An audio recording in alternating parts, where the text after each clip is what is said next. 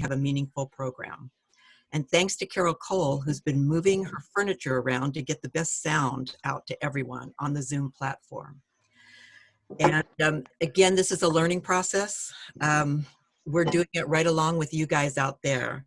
So we thank everyone for joining us and everyone for their hard work and patience as we put this on together. Today, we welcome back Mathew Taylor.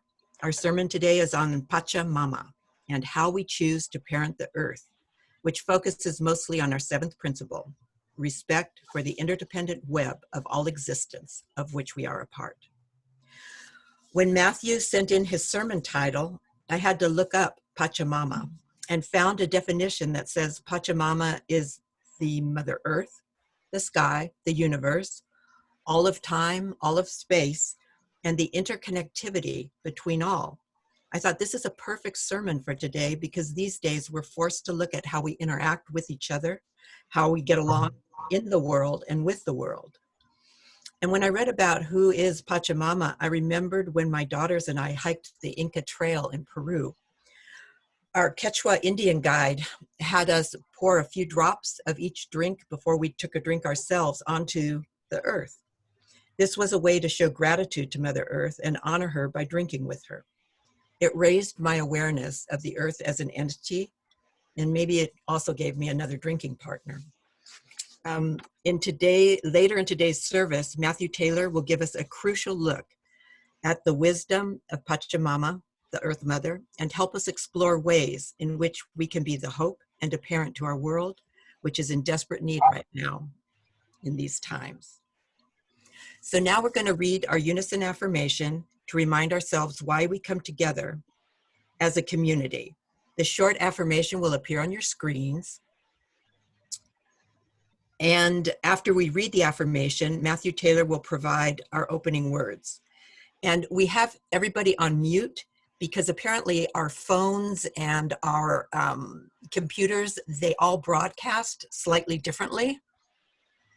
And so this way, even though we're reading together at home, you can't really hear everybody that's there.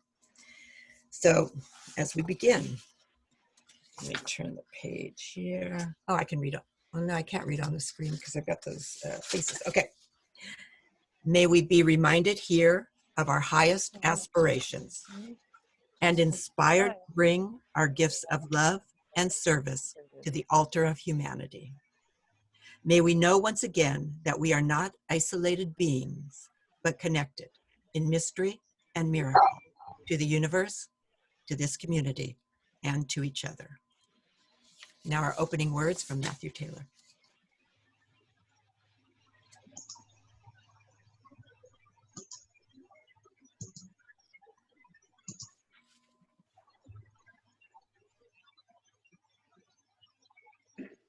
The opening words come from poet Joy Harjo, and it's a poem entitled, Once the World Was Perfect. Once the world was perfect, and we were happy in that world. Then we took it for granted. Discontent began a small rumble in the earthly mind. Then doubt pushed through with its spiked head. And once doubt ruptured the web, all manner of demon thoughts jumped through. We destroyed the world we had been given. For inspiration, for life, each stone of jealousy, each stone of fear, greed, envy, and hatred put out the light. No one was without a stone in his or her hand. There we were, right back where we had started. We were bumping into each other in the dark, and now we had no place to live, since we didn't know how to live with each other. Then one of the stumbling ones took pity on another and shared a blanket. A spark of kindness made a light. The light made an opening in the darkness. Everyone worked together to make a ladder. A well-planned person climbed out first into the next world. And then the other clans, the children of those clans, their children and their children, all the way through time, to now, into this morning light, to you. And thank you.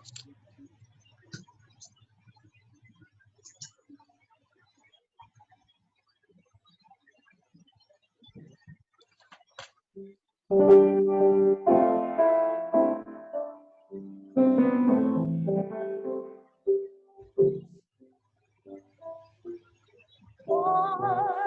beyond the rest of care, where light to meet the eye, past the reaches of the mind. They find the key to nature's harmony in an architecture so entwined. Like the birds whose patterns grace the sky, and carry all who join in love expand.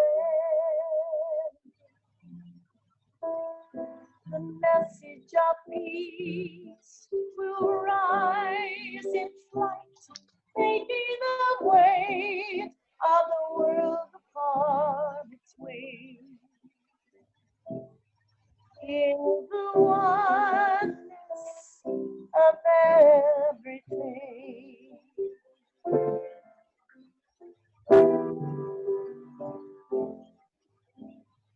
Peace is in the dance of trees who stir before the first breath of wind is yet the sea. Trust in the song, becoming one with the dance, and all mysteries can be believed.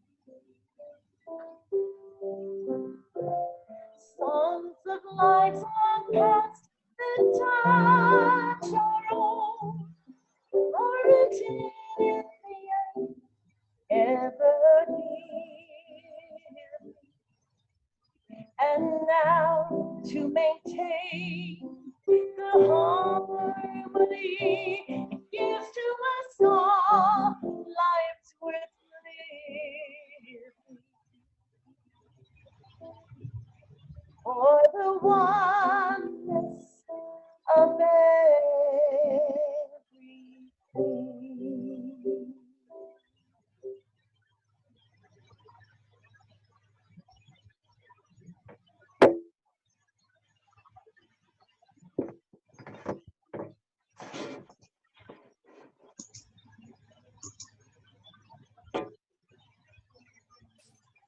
So our meditation today comes from an excerpt of number 59, Connected, in the Activist Tao Te Ching by William Martin.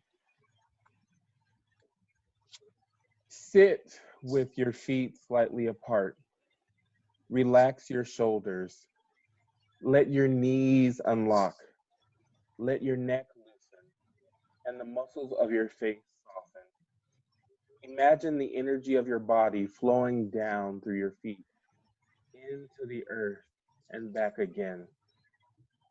Refreshed and nurtured by your roots. Now imagine all the people in your community doing the same. And imagine the energy intertwining together into just one thing happening. Now, if you can, I will have you take 3 breaths with me collectively so that we are breathing united as one community. So breathe in and breathe out. Breathe in and breathe out. And breathe in and breathe out. Know that in this moment of stillness, we are breathing together as community. We are breathing for those people who may not be breathing at this moment. We send our light and our energy and our love to those people that have been impacted by the coronavirus. We send this energy, this light, and this love to the descendants of the people whose land we are sitting on in our prospective homes and locations. May we all be so blessed and together to change the world. Blessed be.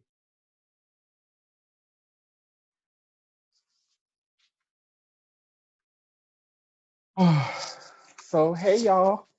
Thank you for having me back at the Laguna Beach Fellowship, although virtual. It is such a pleasure to be here and share with you my message today. I do want to thank Rachel and Reverend Lee Marie, my big sis, and all the folks who have worked so hard to get this service prepared for you today. Um,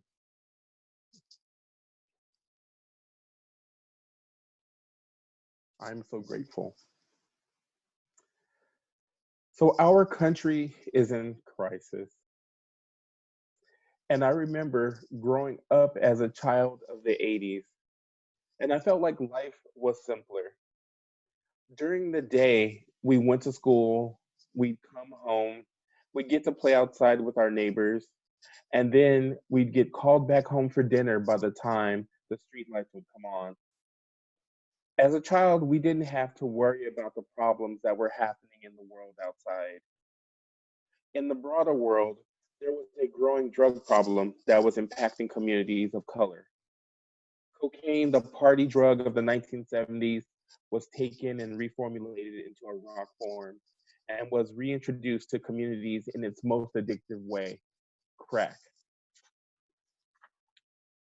In our classes, we were taught every day that our planet's resources were in a finite supply.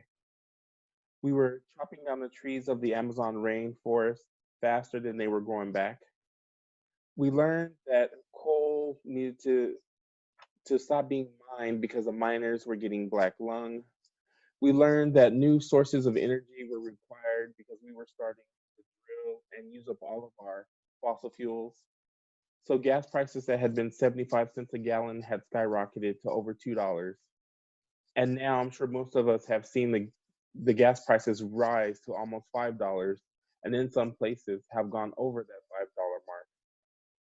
Last but not least, we have last but not least, we were slowly being taught about the gay cancer, AIDS. This worldwide pandemic was growing in the shadows because no one wanted to talk about it.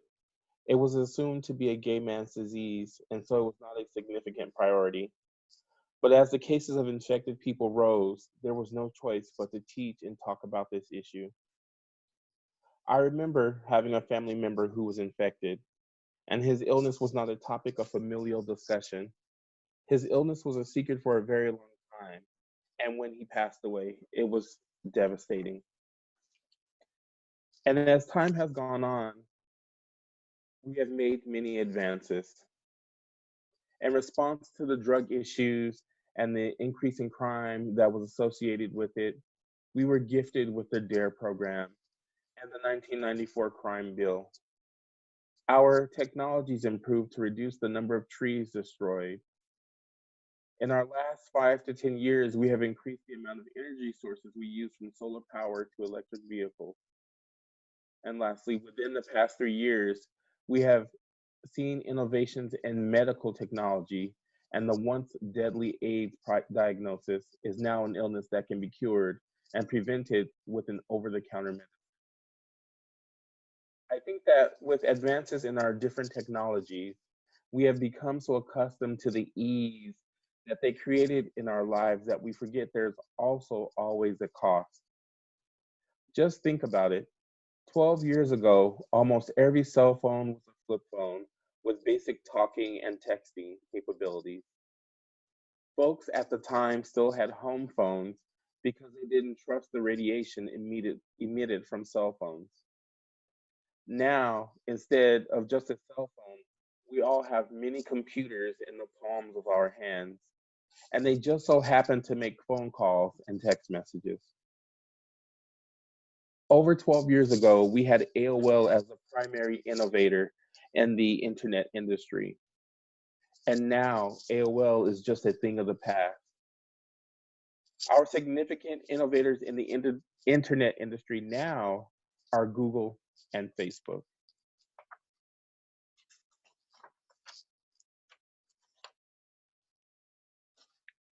Facebook has situated itself as the premier social media and marketing program, and Google is revolutionizing how we use cloud media storage.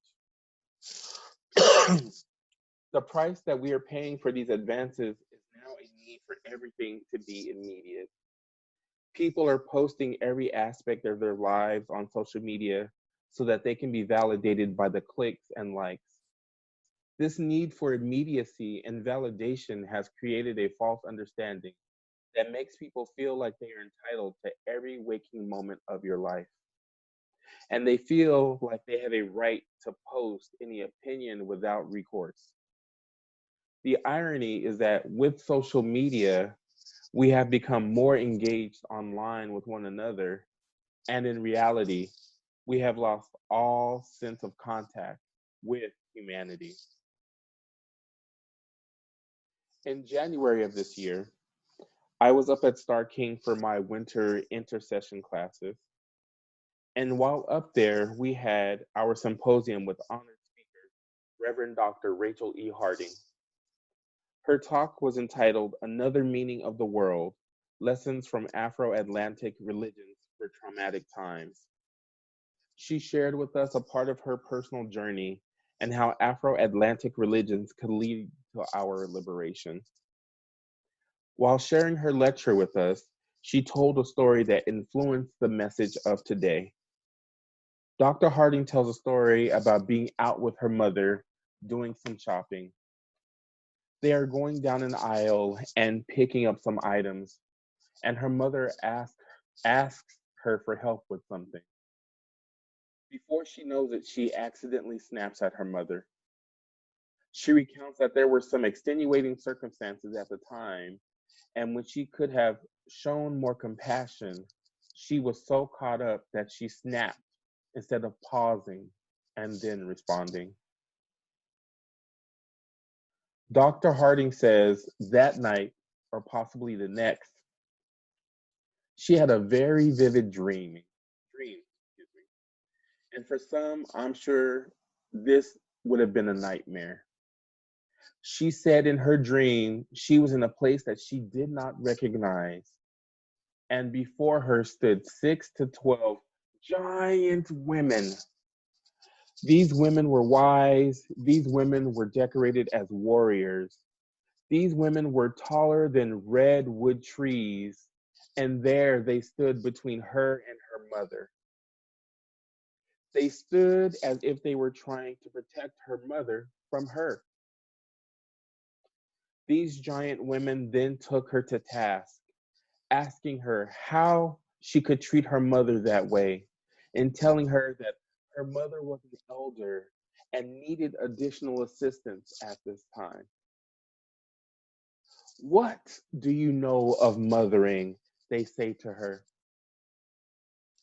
Dr. Harding says, looking at these women, she could tell that they were symbolic of the different varieties of mothers all around the world. She says that these were the matriarchs, the guardians, the ancestors of our collective ancestors. They were the Pachamama. Pachamama is an indigenous deity known as the Earth Mother or a Time Mother. Pachamama for some is a fertility goddess and recognized as an earth protector. Her benevolence is what keeps the land of the earth fertile and harvested. In the audience at Symposium, I was deeply moved by the story of Pachamama. I was inspired by the question, what do you know of mothering? I'm going to repeat that. What do you know of mothering? And for me, the question became, how do we parent the world? How do we parent the planet? How do we do this? Like Dr. Harding, I think we get frustrated and just react instead of pausing and rethinking about how we should show up in the world. I believe now more than ever, we are called to ask and answer those same questions. So, how do we parent the world when police brutality is still an issue? How do we parent the world when our trans siblings are fighting to say that they exist? How do we parent the world when every day there are more and more missing and murdered Indigenous women and there is no media coverage? How do we parent the world when the rainforests in Australia are literally on fire? How do we parent the world when $500 million is spent on a political campaign and Flint still has undrinkable water? How do we parent the world when the leader of the free world endorses racism, sexism, and the good old days, which were symbolic of the disenfranchisement of women and people of color? How do we parent the world when it wasn't made for all of us? How do we parent the world when we have a new pandemic sweeping the globe and the simple act of being in the same room and breathing the same air with someone could mean the end of your life? How do we parent the world? We can parent the world with hope. And I know you might be thinking, it's easy to say hope is the solution. Hope can be almost any solution. But for me, I believe that there are 5 ways that we can care for and parent the world. 1, be kind. 2, be environmentally aware. 3, follow your dreams. 4, believe your dreams can come true. And 5, trust in your inner power. The first step is kindness. Kindness costs nothing. Kindness could be smiling and greeting a stranger. Kindness could be holding the door open for the person coming in after you. And in these times of the coronavirus, kindness could be keeping your butt at home during a quarantine and not buying up all the toilet paper. I think that many faith traditions believe in having like that golden rule. In Buddhism and some Confucian traditions, it's hurt not others with that which pains yourself. In Christianity, there is do unto others as you would have them do unto you. And in many pagan traditions like my own, there is the reed, and it harm none, do what ye will. I think that at the heart of all of these versions of the golden rule is kindness. It doesn't take much to change a person's whole world, and kindness is just the beginning. The second step is having an environmental awareness. Having environmental awareness means that we all need to know what's happening to our planet. Being aware doesn't mean you have to stop eating meat and become a vegan immediately. Instead, being aware means you should know what's happening in your backyard or your neighborhood. You should ask yourself, is there a community garden? Is there a food service program? Are there any programs that would allow you to share your environmental knowledge with youth? For years, we've been told that you get your butts in gear by 2030 or it's the end of our planet. I think right now, we as a planet are being put on a timeout by our Pachamama because we need to understand that 2030 is only 10 years away. 10 years is not a lot of time, and there's no time better to act than now. We each are collectively quarantined, And maybe this is giving us extra time to reevaluate what we can do to help change our course. Our next step is to follow our dreams. With this forced time out, we are reminded that we have to ask ourselves a real question. Are we living to work or working to live? For many of us, we are living paycheck to paycheck with less than 3% savings in our savings account. We are living with the ever-pending threat of our mortgage companies coming after us. Many of us have overwhelming student loan debt, and we haven't even mentioned the rise in autoimmune and other health issues happening right now. With all of that happening, when do we have the opportunity to follow our dreams? Our dreams become burdens and the promises that we never keep. Our dreams become that thing we are aspiring to, and by the time we get to retirement, our original dreams have changed. I remember when I was working a traditional job, I really wanted to travel and see the world. I transitioned out of that conventional job world almost 3 years ago. And I must say, I have traveled so much that it has made me rethink what my life would have been like if I had just followed my dreams instead of trying to fill a traditional role. Following your dreams could be as simple as taking a walk. It could be a walk around your neighborhood each day, or reading that one book you have had for a really long time. Or it could be learning how to play a new instrument. Following your dreams doesn't have to be a broad, lofty idea. It can start small and lead to significant changes. Our step 4 is that we must be aware that our dreams can come true. As we mentioned in step 3, there are so many reasons why we can't follow our dreams. And yet we don't often think about the reasons why we should make our dreams come true. In this time of the corona, I have come to the conclusion that we can be scared of what's happening and we can have some anxiety. And that, of course, is only natural. But the more profound question that I want to leave you with is, what is the gift given at the moment? I'm going to repeat that. What is the gift we are given at this moment? For me, we are being given the gift of stillness. How many folks remember what it was like while you were working? How many tasks did you plan for your already busy weekend? How many family members' events did you have to miss because of that mandatory meeting at work?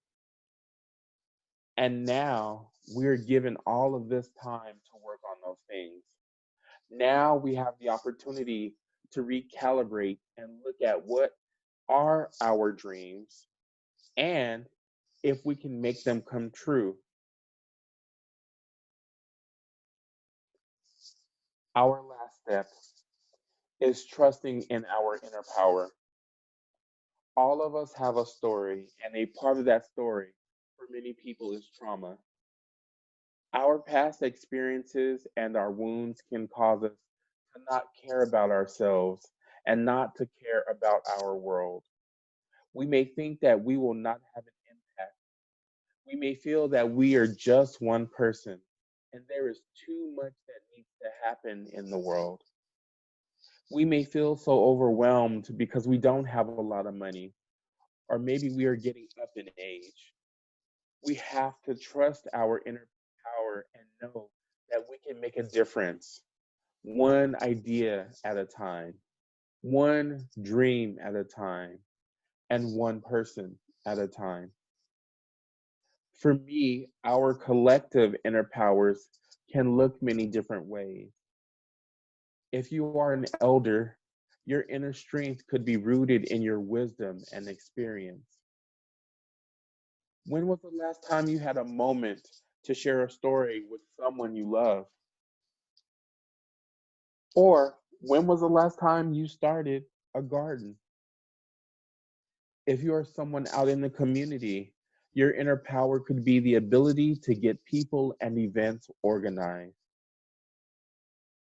Or if you are someone of meager means, maybe your inner strength, your inner power could be your ability to dream big or to build and maintain relationships. Our inner powers are only limited by ourselves. I must be honest that there is no magic answer to caring for or parenting the world. The steps that I have given you are ways to change your life and maintain your spirit.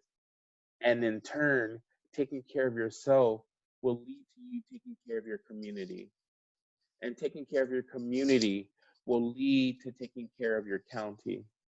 And taking care of your county will lead to taking care of the state and eventually the world. So, my challenge to you today is to be kind to yourself. We are all in a state of collective quarantine. We are all learning new techniques and ways to move in which we have limitations. We are also learning more about our own environments, not just global, but local. And then we must share that knowledge.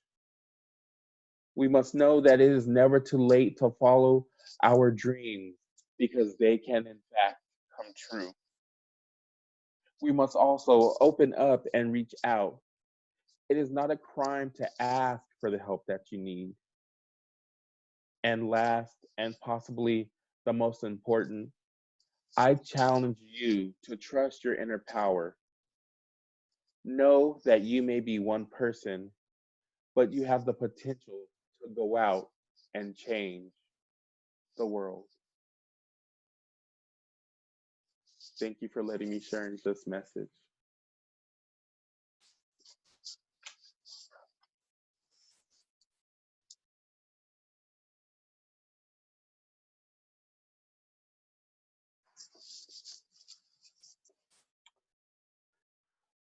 Our closing words today.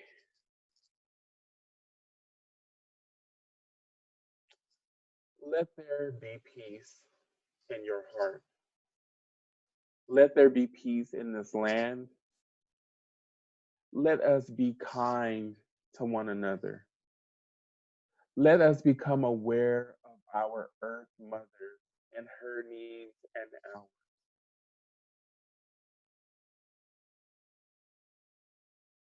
May we be able to follow our dreams and know that they really do come true. And may we finally be trusting of our inner power. May we go out into the world and change it one person at a time. Blessed be. Amen. Aho. And Ashe.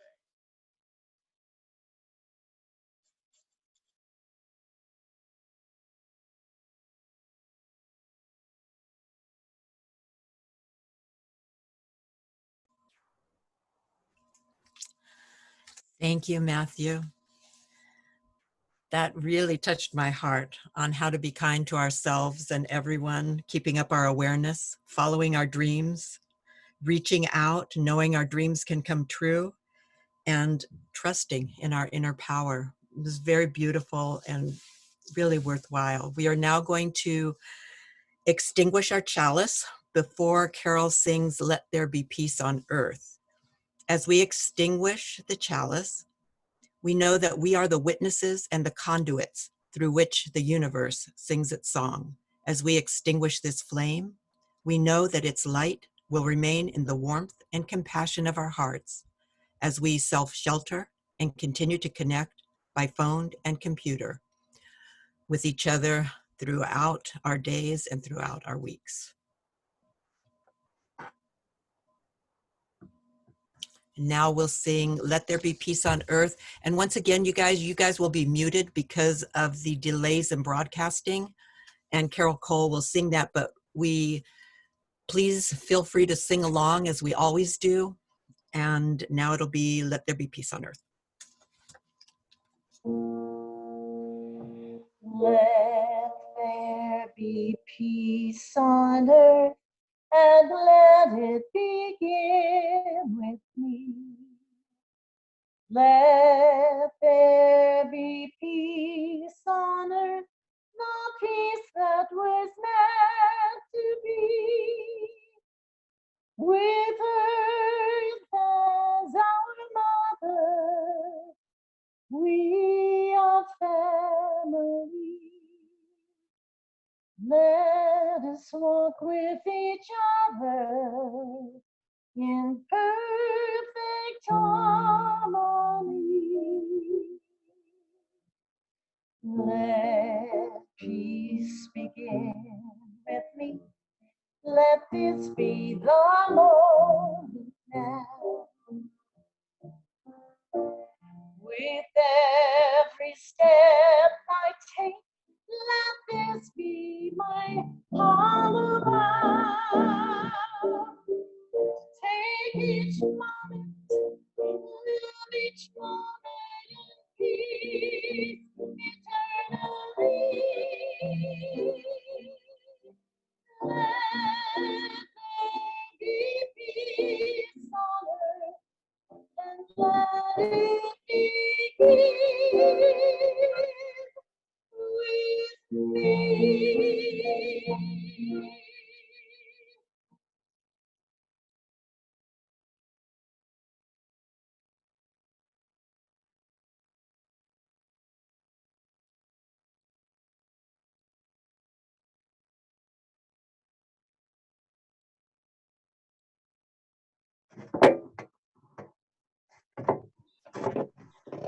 And we want to thank everyone for being with us today.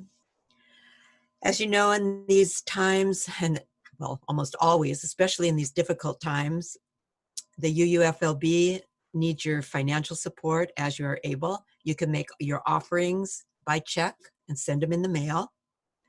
At some future time, we're going to try to include joys and sorrows. And I'll have to say that Let There Be Peace on Earth, I got tears in my eyes. That was so great.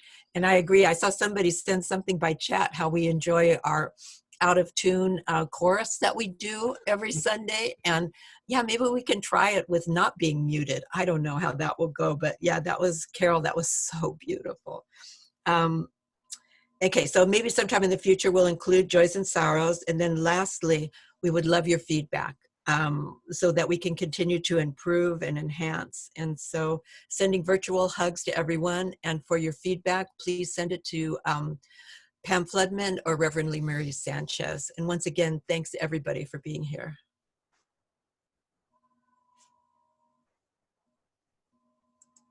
Oh. See you next week.